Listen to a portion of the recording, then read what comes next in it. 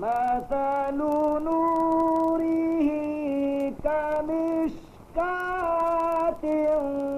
فيها مصباح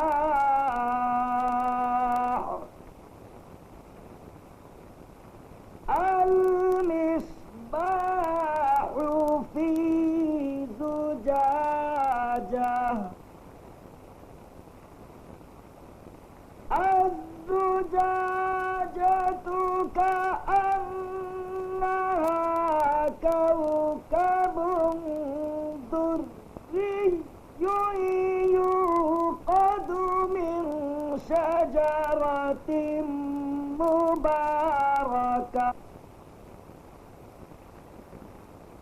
God is the light of the heavens and the earth. The parable of his light is as if there were a niche, and within the niche a lamp. The lamp enclosed in a glass, the glass a brilliant star, lit from a blessed tree, an olive, neither of the east nor of the west, whose oil is luminous, although untouched by fire. Light upon light. نور على نور.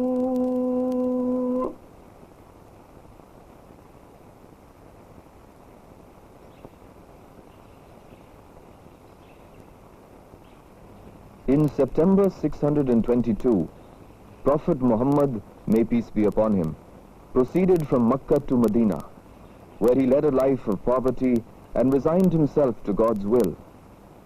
Among his companions there were some who dwelt in a mosque, fasting and praying incessantly. They were called Ashab-e Suffa, or people of the dais. The word Sufi, it is said, is derived from the term Ashab-e Suffa.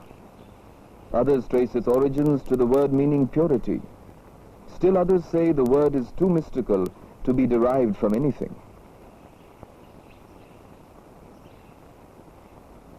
Sufism, or Islamic mysticism, is not a philosophical system. It is spontaneous, experiential.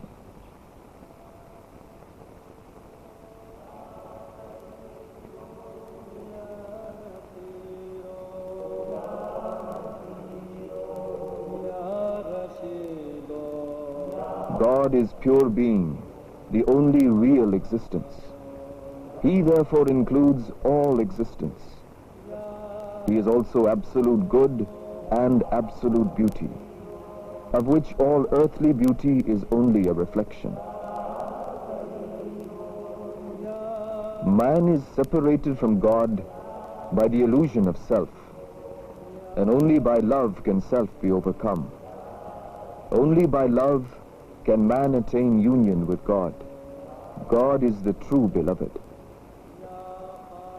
Saint Rabia of Basra in Iraq said, O God, if I worship thee in fear of hell, burn me in hell. And if I worship thee in hope of paradise, exclude me from paradise. But if I worship thee for thine own sake, then withhold not thine everlasting beauty. The way to God is marked by stages through which man must pass. The path, or tariqah, is arduous, and one needs a perfect guide, a peer. Only he can lead one through the various stages of the journey to God. One must therefore surrender totally to the peer. اللهم طهر قلبي عن غيرك. اللهم طهر قلبي عن غيرك. An important method of preparing the soul to receive love is zikr, that is, mystical invocation and repetition of the names of God. Early Sufis were lone experimenters, but soon silsilas, or mystical orders, were formed, so that the knowledge acquired by the masters could be handed down through the disciples. Each silsila differed from the other in some measure, both in principle and practice. Within each silsila, the disciple considered himself linked through his peer to the great saints of the past, to Hazrat Ali, to Prophet Muhammad, may peace be upon him, and ultimately to God.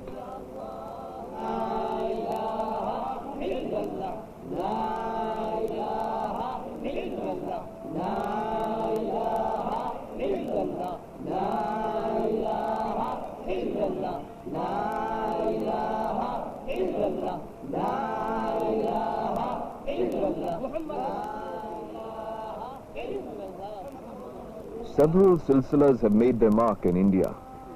Chishtiya, Suravardiya, Kupraviya, Qadiriya and Naqshbandiya.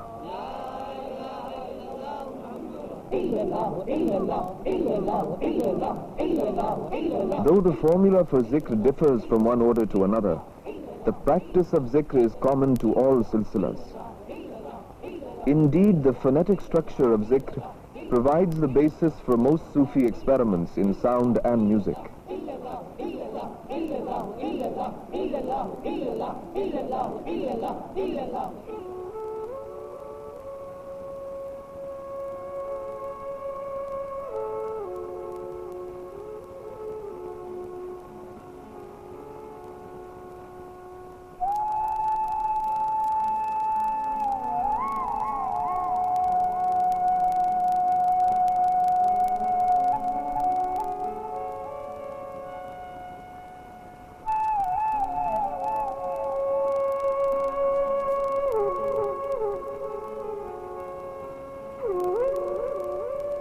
The main stream of Sufi influence flowed into India from the northwest. Mansur Halaj, who in the 10th century paid with his life for his heretical cry, "I am the truth," was deeply influenced by his travels in Sindh. Sheikh Ali Hujwari, author of a well-known book on Sufism, settled at Lahore in the 11th century. Sheikh Moinuddin Chishti in the 13th century chose the land of Pushkar to live in. Thus, over the centuries, the whole of Sufi tradition was brought over from Iran, Khurasan, Turkestan.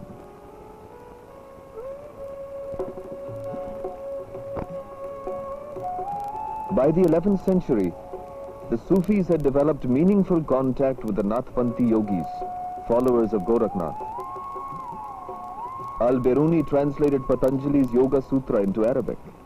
He expounded on the parallels between Sufism on the one hand and the Bhagavad Gita on the other.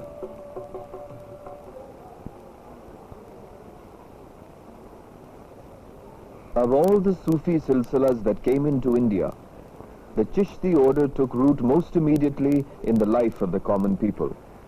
It spread rapidly across the country and has today become an exclusively Indian phenomenon. Hazrat Khaja Moinuddin Chishti, who settled down in Ajmer, laid down the basic tenets of the order: total poverty, refusal to own property, refusal to take up employment, rejection of all courtly patronage.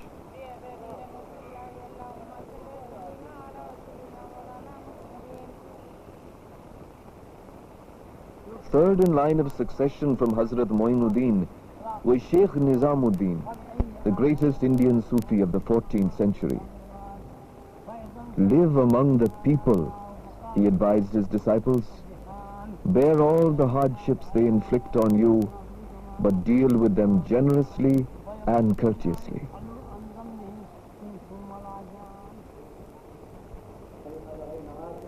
Each Chishti saint dedicated his life to the welfare of a particular city or region. Their khankhas or monasteries were open to all, including non-Muslims. Knowledge, food, work, everything was shared.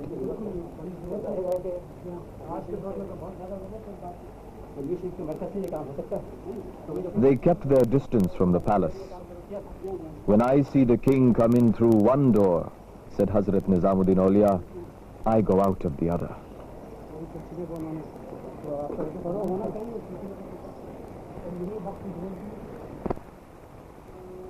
The early sultans, unstable on their thrones, needed the support of the Sufi saints who had contacts with people from all strata of society. The Mughal emperors, on the other hand, venerated the saints. Dara Shikoh, son of Emperor Shah Jahan, heir to the Mughal Empire, was a devout Sufi.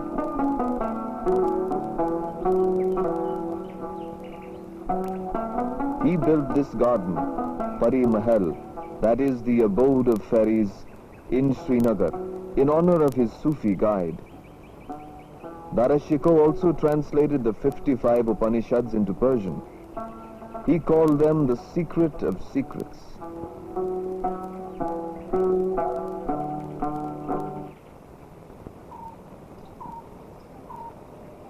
Jahan Ara Begum, daughter of the emperor, was initiated into Sufism and is buried next to the tomb of Hazrat Nizamuddin. Her epitaph reads, "Only the grass shall cover my grave, for grass suffices for the grave of such a pauper as I."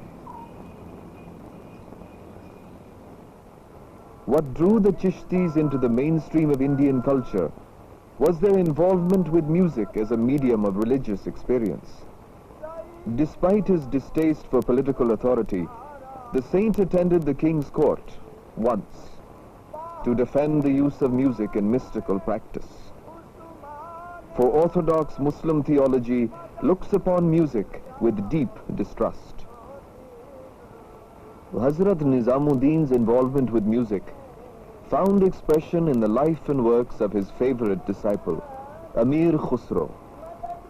Khusro was a master of two different musical systems, Persian and Indian, and produced a synthesis which became the foundation of Hindustani music. He is credited with the development of the Qawwali.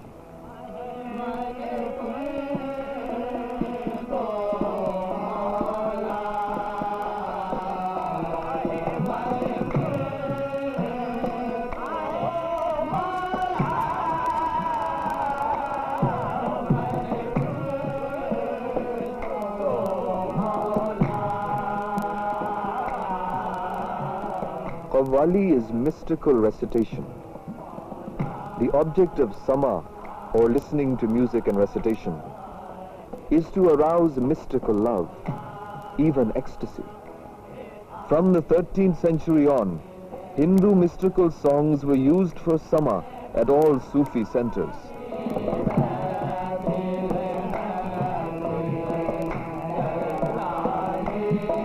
In this particular composition, Khusro set to music a saying in Arabic of Prophet Muhammad, may peace be upon him, and added a section in Persian, which is zikr-like in its sound pattern.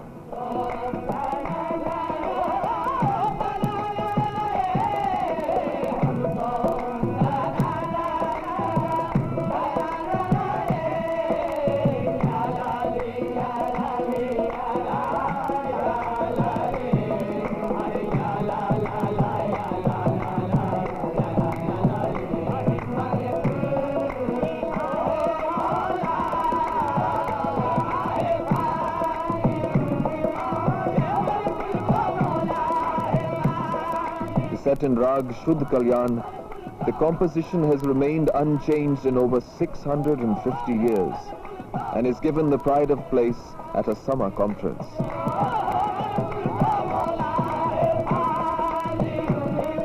Qawwali is not entertainment, it is a spiritual exercise.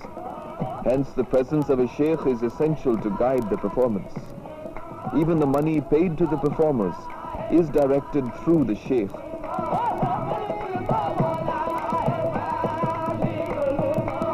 A sama can so transport the listener that he often bursts into ecstatic dancing.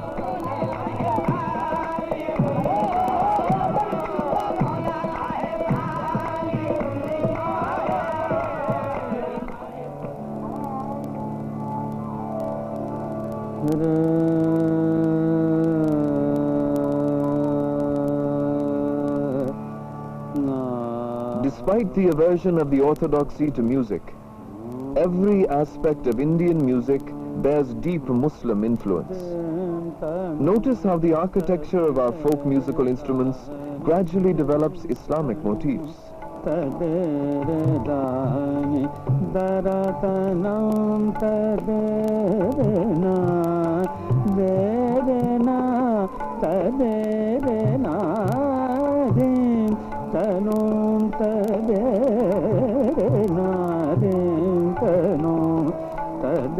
This is true of musical instruments found in all corners of India.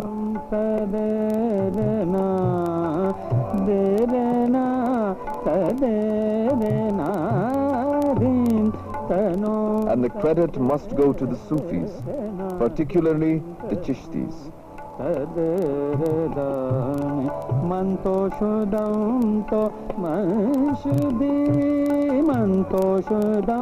The unmistakably Persian design of Indian fretted instruments is also attributed to the influence of Amir Khusro.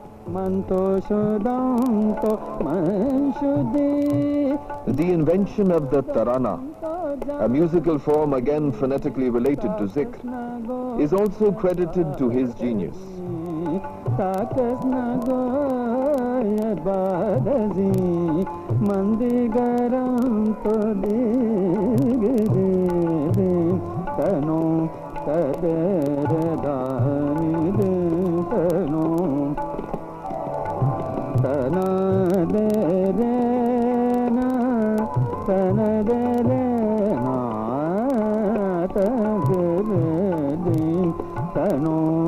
The close interweaving of music, Sufism and yoga continued through the centuries. Tansen, the great singer in the court of Akbar, had for his peer a Shatri saint, Sheikh Muhammad Ghaus, who had studied Sanskrit and written a book on yoga.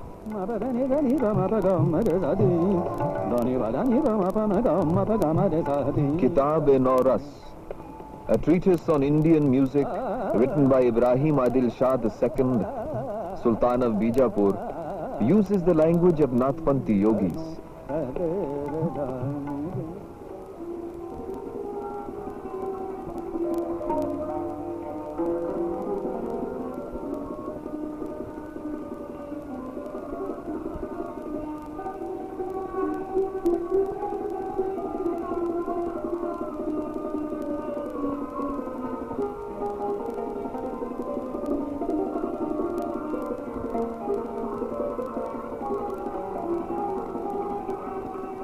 Sufiana Kalam, as the name of this musical form suggests, was brought to Kashmir by the Sufis. Today the form has become identified with its land of adoption, while Iran, where it originated, has no trace of it.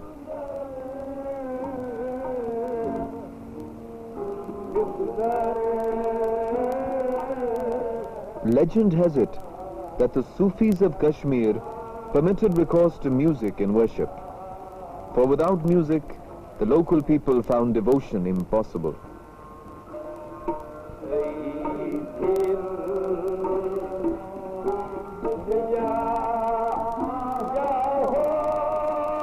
The shaping influence of the Sufis was not limited to music alone.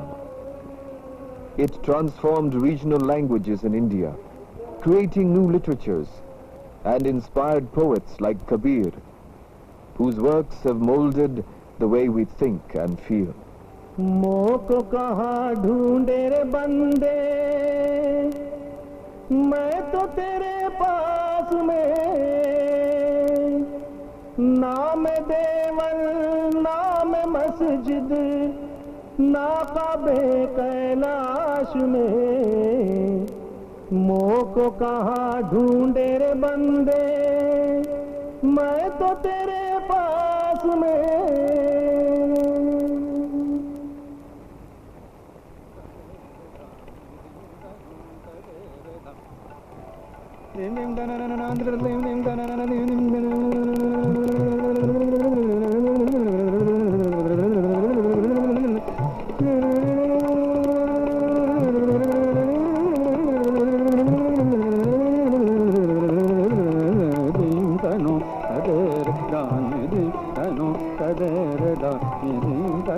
Kadar